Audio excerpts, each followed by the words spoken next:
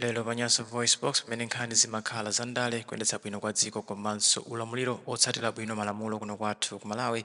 Tabweranso ndi mawu a Sir Charles Ben Longwe. Sir Charles Ben Longwe akunena kuti aitu achakwera ma endorsement amene alandira ku chipani cha Malawi Congress Party sakukhutitsidwa nawo. Akufuna kuti tonse ife Amalawi tiwapange endorse ngati president wa dziko lino la Malawi. Ndiye tikhale modzi pano pa Nyasa VoiceBox kuti Ben Longwe akuti bwanji pa nkhani imeneyi ndipo akamaliza chonde musayiwale kuika maganizo anu in the comment section below pano pa Nyasa VoiceBox.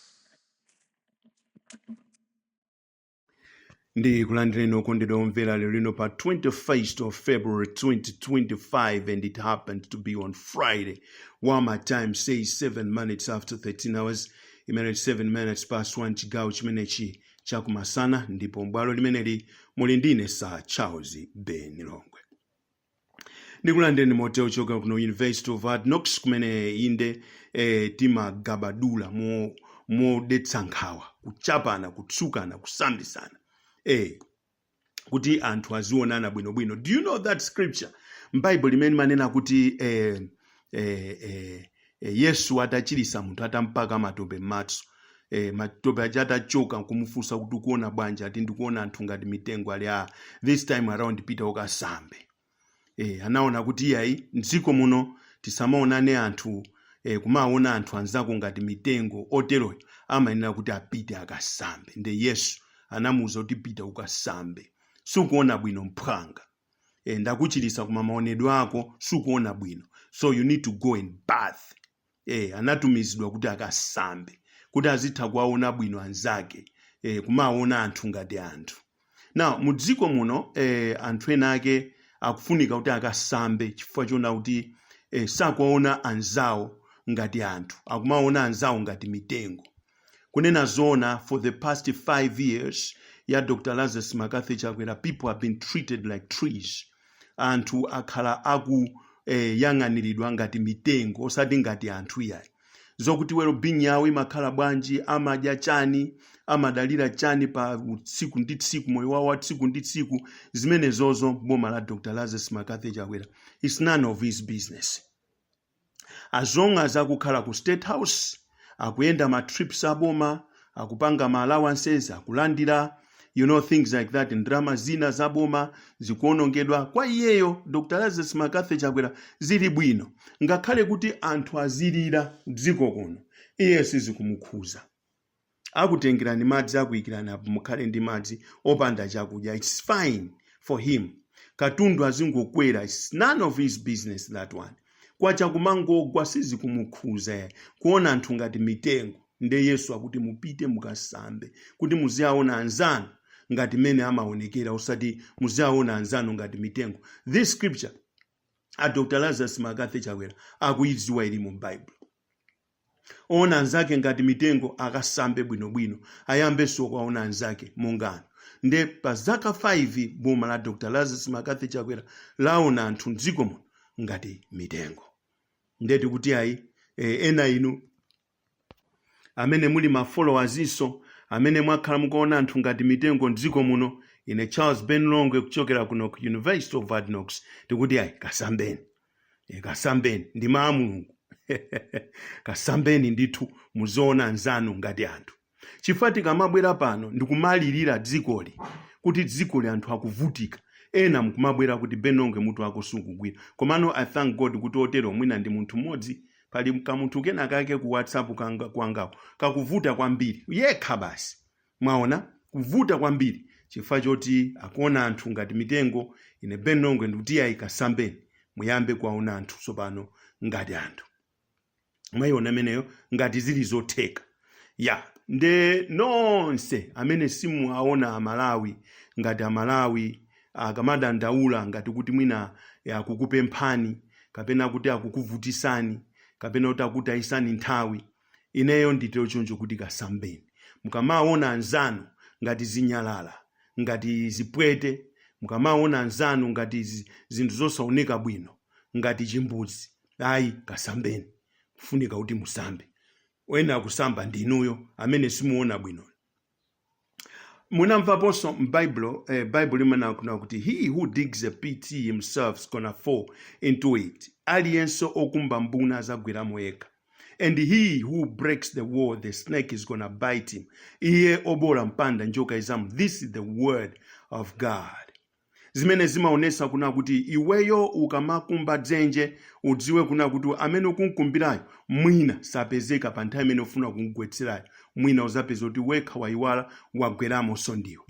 Mwayiona imeneyo. Nde whatever you do right now, mulungu sanyozeka pakuti chimene munthu afesa chomwecho sazatuta. That's the word of God. Ndikamabwera pano simangobwera ndekha, ndimabwera ndi Ambuye kuti zomwe ndikuyankhula zizimveka bwino. Ndimachokera nazo kufika nazo apa, kuchoka nazo apa, kufika nazo apa, kuti wina mawu asazaname kuna kuti anangoyankhula za nkhutu za mutu mwake. This is the word of God. Ndikupasani chisanzo chabwino kuna kuti MCP anavuta kwambiri ndi bill ya 50+1 kuti ichite pass in parliament. Amene Professor Arthur Peter Mutharika ali president, and that bill passed. Itapanga pass bill manager inavuta kuti Professor Arthur Peter Mutharika asainire komabe inazapanga pass. Itapanga pass bill yomweja lero ikwapweteka Dr. Lazarus Makathi Chakwera ndi chipani cha MCP. Ndesa kuchitira njira ina koma to oppress people kuti wachite pass pa bill imene anaibweresa woka. Ngani timene lipano ndi 50+1. Ngani imene lipano ndi endorsement. Ndendanena kuna kuti Chakwera was endorsed, anasasatisidwa kwa MCP nthawi imeneyo ndipo anapangidwa endorse kukhala president wa MCP 2014. Ndikuzapangidwa so endorse kukhala so president wa MCP this term. Nde ma endorsement amenaja alowa magazi kapena nalowa magazi nde akufuna wina aliyense mdziko muno pamene wakhala zingopanga endorse Dr. Lazarus Makathi Chakwera. And how is it happening? Kampumwepo mulindine Charles Ben Longwe. Chakwera atapangidwa endorse kwa MCP kunatuluka phrase ina imene yakhala ikuyankhulidwa panopo ikhangati yayima pang'ono ikubwera mosasatisika mosisitika ifaja mwina ifa Ben Longwe talwapo tambano kuyankhulapo zinthu zina zikulu nde pali mapose azinthu zina kuti mulione dzikoli mukapeza kuti pali mapose misonkhano ina yayima ina anthu akamati kwacha kumapezeka anthu osayankhapo yayi. Ndifuna ndikuuzeni Ben Longwe ali pano sajidwa kuphwesa jubu ndene Ben Longwe pano. Mwayona nde mukapeza kuti akamati kwacha anthu kwacha zosayenda za nyimbo zijakachani madansi aja panopo athakaye pang'ono chabe ifa panopo tifuna tigabadulani supano mitu ine nimafikira mu 18. Auze na neba kuti Ben Longwe wafikira mu 18 ndipo mwauze kuti achimwene abwera ndipo sakuopa munthu mdziko muno. This is our country, believe me or not, we will not have another country somewhere imene izapangidwire ife pano.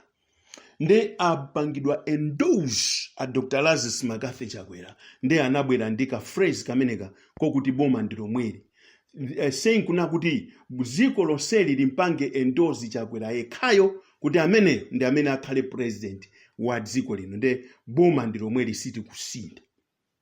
Mwayona ameneyo kunabwera Michael usinauso kuzatsindika pamenepo boma ndilo mweri siti kutani kodi siti kusinda.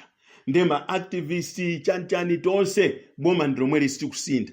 That phrase means kuna kuti Malawi nonse pamene MCP apanga endorse Dr. Lazarus Makathi Chakwera kukhala president wa MCP. Amalawi nonsenuso mumpange endorse Dr. Lazarus Makathi Chakwera kuti akhale president one the next coming 5 years.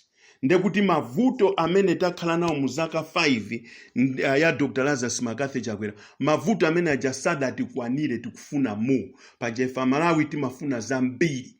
Tikute tilezere nazo tikadya timafuna tidye nditumpaka na tikute mimba ziphulike kaya kuledzera tikute nditumpaka tikagone toilet nde pamene timafuna Malawi. Nde endorsement imene Chakwera akuifuna akunena kuti boma ndilo mweri. That's endorsement.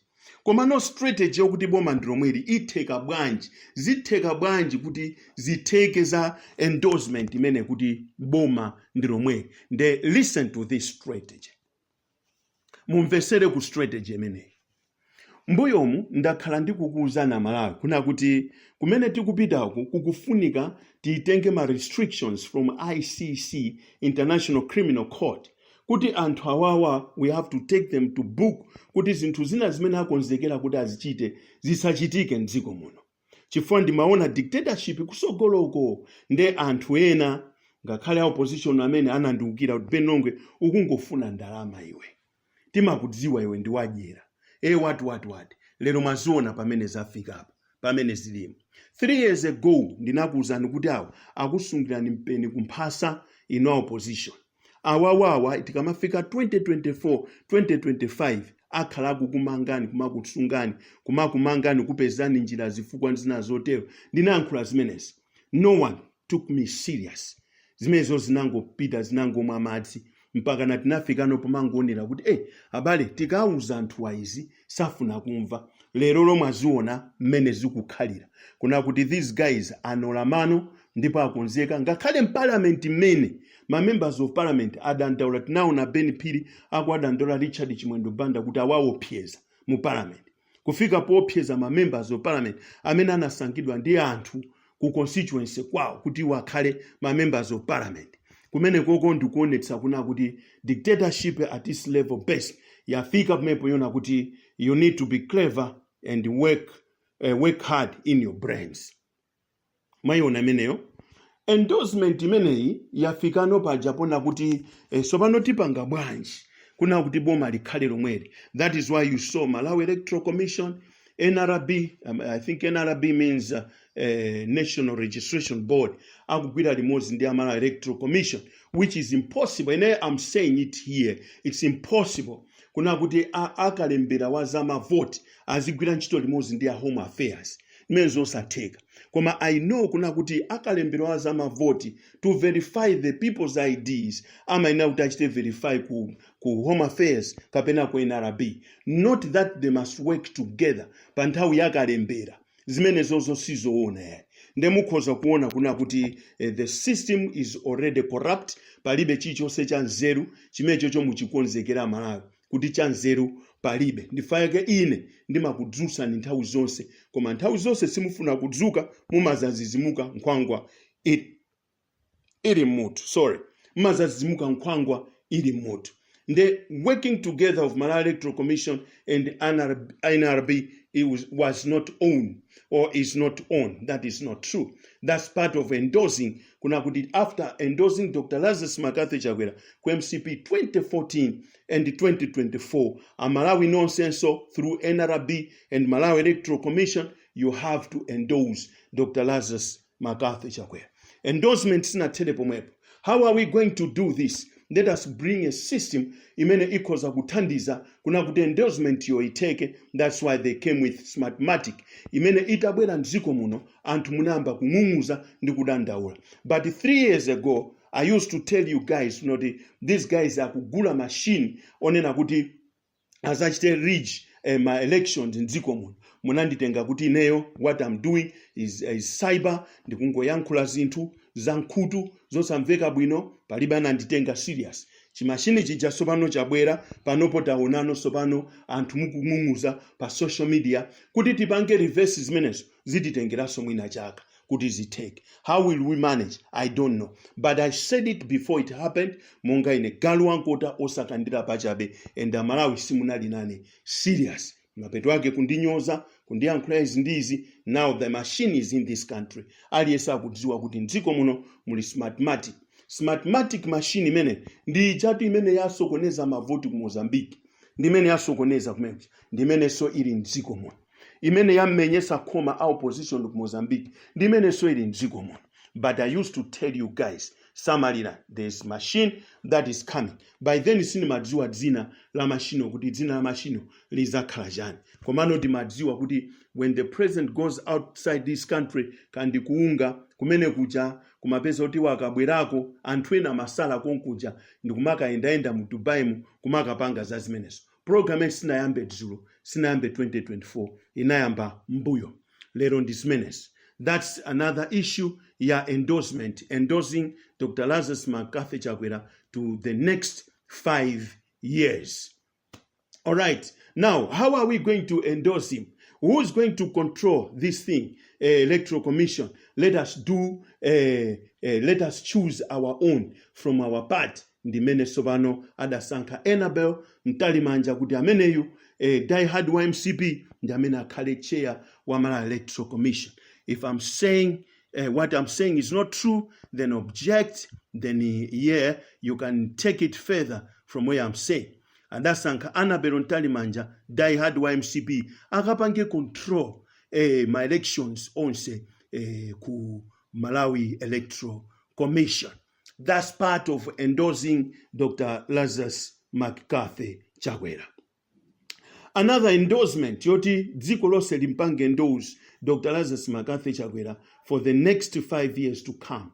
Ndi pamene sopano mukuona kuna kuti pali anthu ena ndi ena mdziko muno asowa, amene zosoweka zake sizikulongosoka, imfa zawo sizikulongosoka, ma inquiries sakulongosoka, modzi mwayo Dr. Saulos Klaus Chilima the late, amene Malawi Congress Party mamuopa. Ndikati mamuopa, this is not a lie, chifukwa timadziwa ifeyo kuti panali mkangano wa nkati timamva ma speeches yena. I remember Elson Huankaka honorable anayankhulapo kuna kuti there is no entity called Tonse Alliance. Tinapita ndi tikiti ya MCP tinakaphulako president wa MCP, so there is no entity called Tonse Alliance. Pamene Dr. Saulos Klaus Chilima kukaronga nthawi yake ananenapo kuna kuti tinayambira limodzi, tinali bwino poyamba paja, ndiponso timalize limodzi bwinobwino, tipange zimene tagwirizana ma press briefings and some stuff zimene zimaonesa kuna kuti munthuyu ndi threat ku MCP. Ndifa chake za imfa yawo palibe ali nazo ntchito, palibe chanchani sizikukhalanso ndi value ina iliyonse mu boma la Dr. Lazarus McCarthy Chakwera. That is part of endorsement. Yona kuti ifeyo tikufuna Dr. Lazarus McCarthy Chakwera akhale state president. This kind of speech idayankhulidwapo ndi Maigotani Hara. If you remember very well, anali ndi function ku Bunda College of Agriculture kumene Dr. Lazarus McCarthy Chakwera anapanga attend, and the speech ya Maigotani Hara said it clear to the nation kuna kuti ifeyo wathu ndiye mweyo mpaka 2030 war. So endorsement started long time ago kuti will be endorsing. Chimene chasala ndicho kuti dziko sopano lingovomereza kuti president wathu ndiye mwe. Ndifana bweresa na kuti boma ndilo mweli ife siti kusintha. Mwayiona ameneyo. So how do we do it? Chifukwa chona kuti anthuwa azilongolola kwambiri, ndipo longola kwambiri zikhala zovuta. What do we do? Tisanatero tiyentiguleni machine kuti tizapanga track down ma WhatsApp, ma conversational, ma calls yawo akamayankhula, ndi zimene wapanga Daud Suleiman ku Makra as director general wa Makra kugula machine okuti azipanga trace anthu ngakhale pa WhatsApp, zimene zikuonesa kuti ufulu wa anthu mdziko muno uli eliminated, ukuchepera kapena wachepera, chifukwa chona kuti the whole strategy ndiyo kuti Dr. Lazarus McCarthy Chakwera must be endorsed to be the state president for the next 5 years, whether one likes it or not. Ndiye kuti Dr. Lazarus McCarthy Chakwera akubwerera pa president by force, not by vote. Chimene chocho muchidziwe.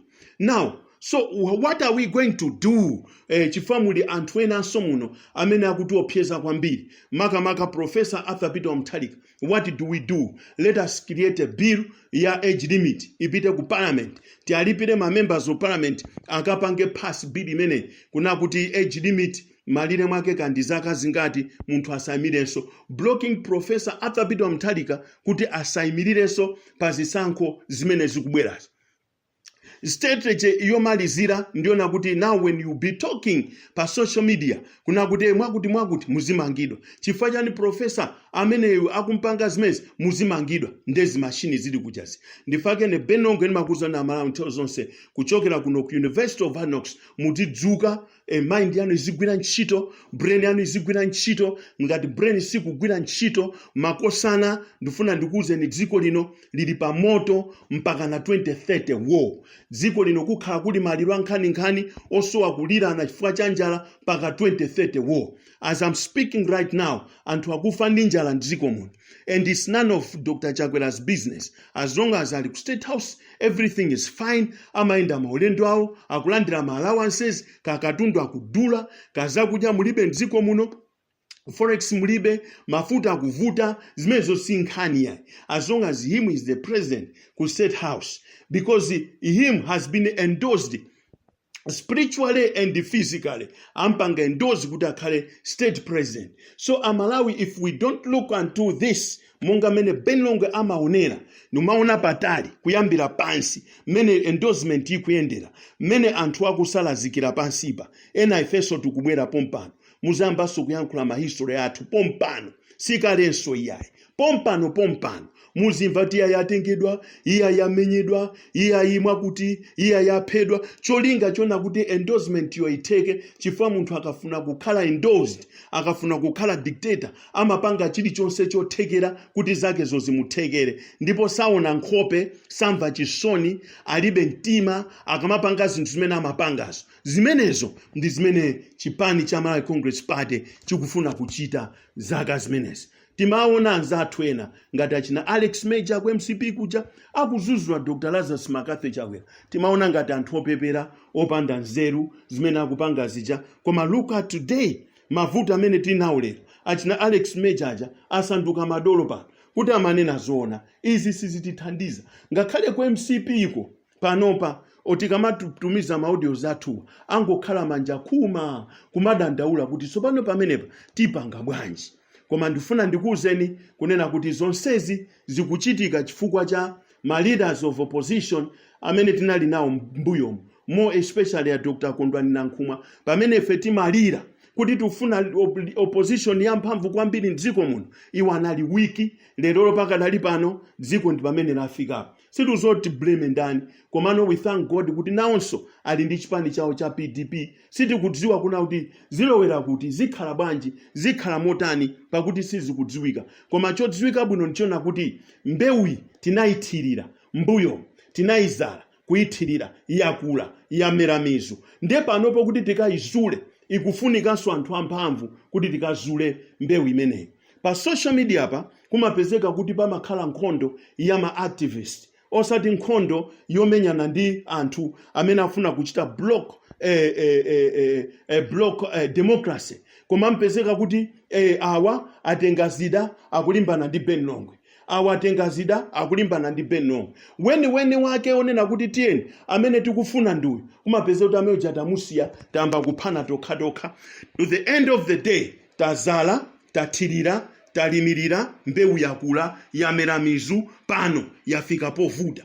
Nde ine ndifuna ndikuze nchonja Malawi ndifuna kuti muganize mozama kunena kuti whatever is happening in this country don't take it like chifukwa chona kuti kutsogoloko muzaona nyekhwe osati yamasewe mwina ena ife kuzakhala kulibe amene timakuyankhulirani ndikumamva bwino kuti Longwe atiyankhulira mwina kuzakhala kulibe by then chifukwa boma ili sitikuchita zamasewera izozo ndineneretu pano chifukwa ene sidolo yayi analiko madolo ngati achina Chilimaja lero ali kuti analiko achina ndani awo Chiwaya lero ali kuti ine sidolo ndifuna ndikuze kunali achina Utonchira achina Chipembera ali kuti ndene sidolo yayi pamawa muzaso kuyankhulirani nthawi yoti mudzuka Malawi ni nthawi yake inoyo. If you neglect to wake up now and fight the battles of your democracy and bring sanity in this country, remember you'll be in problems forever.